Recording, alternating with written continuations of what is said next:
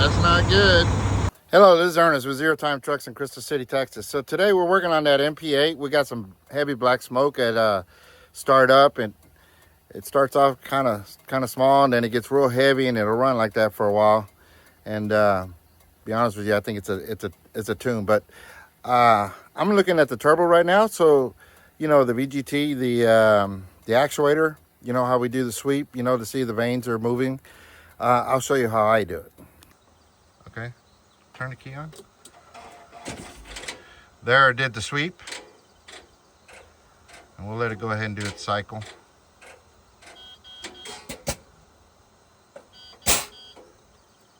Start it.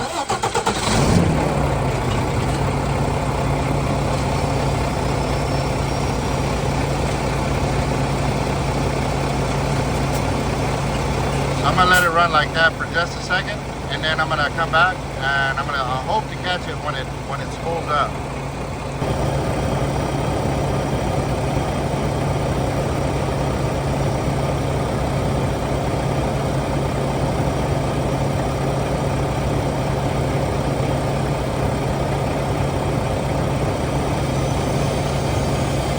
There, I don't know if you can hear it.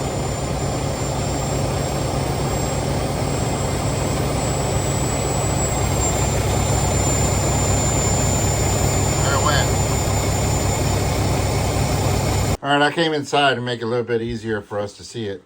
But right here is when we had the key on, engine off. I mean, we just turned the key on, and you know, and it does its self check. This is the actuator, you know, moving the vanes right here. So let me zoom in on it a little bit. Okay, so that this yellow is the actuator. It's moving that lever on the turbo, you know, so that we can move the vanes in the turbo. You know how we take off the actuator, and then we move that lever back and forth to see if it's sticking. So in reality, it's pretty decent. It is sticking just a little bit, which is normal. But we see how we have the spike here and the spike here and the spike here. Let me zoom in on it a little bit. The dip is actually where the arm moved, right? And then it got a little sticky. And then we went back up on our amps and so on and so forth. So it's okay. The other part of it is that we're pulling a little pretty close to 5. Well, it's 3 amps. 3 amps. It's okay. That's okay. Sorry, I take that back. We're actually pulling 5 amps. All right. So it's a little bit high. But it's okay. It's within reason. We don't have a turbo problem, which is what I'm after. But what I'm trying to show is that I can see the vanes moving without disassembling, you know, the actuator. Now sometimes we can, you know, it's got enough. The coolant hose has got enough room to where we can move it. Sometimes it's really tight and you don't have enough room. It means you got to drain the coolant. Sometimes those little bolts, you know, they break. So I don't want to take off anything unless I have to. So if I saw something out of the norm, well then I would. But this is okay right here. It is a little sticky. It is dirty, but it's okay. So right here, this is when it started to spool up. Remember, and we had a big spike right here. But right here, we're hunting a little bit, right? So this is the ECM, the turbo. It's hunting. It's trying to find its place.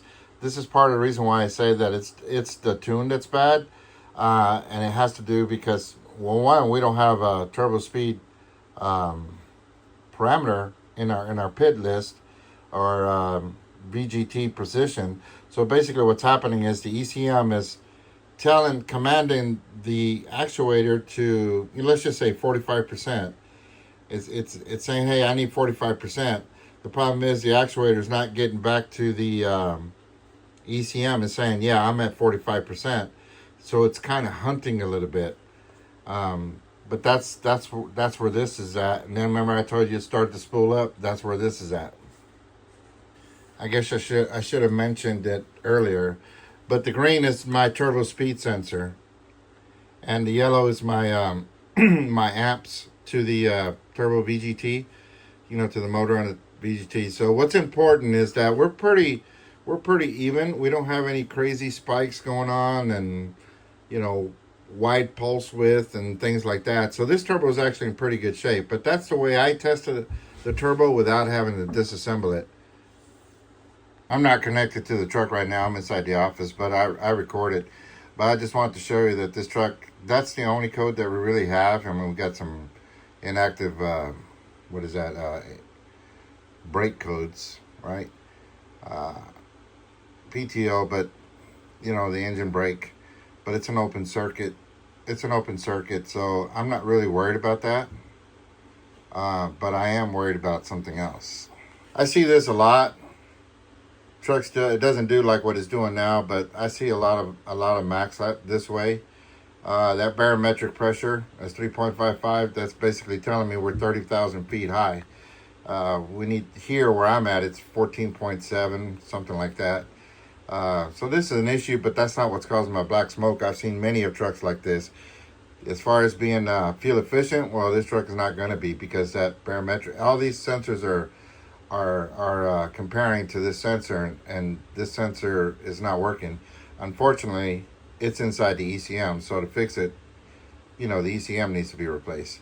But that is an issue, and that's all I got for turbo.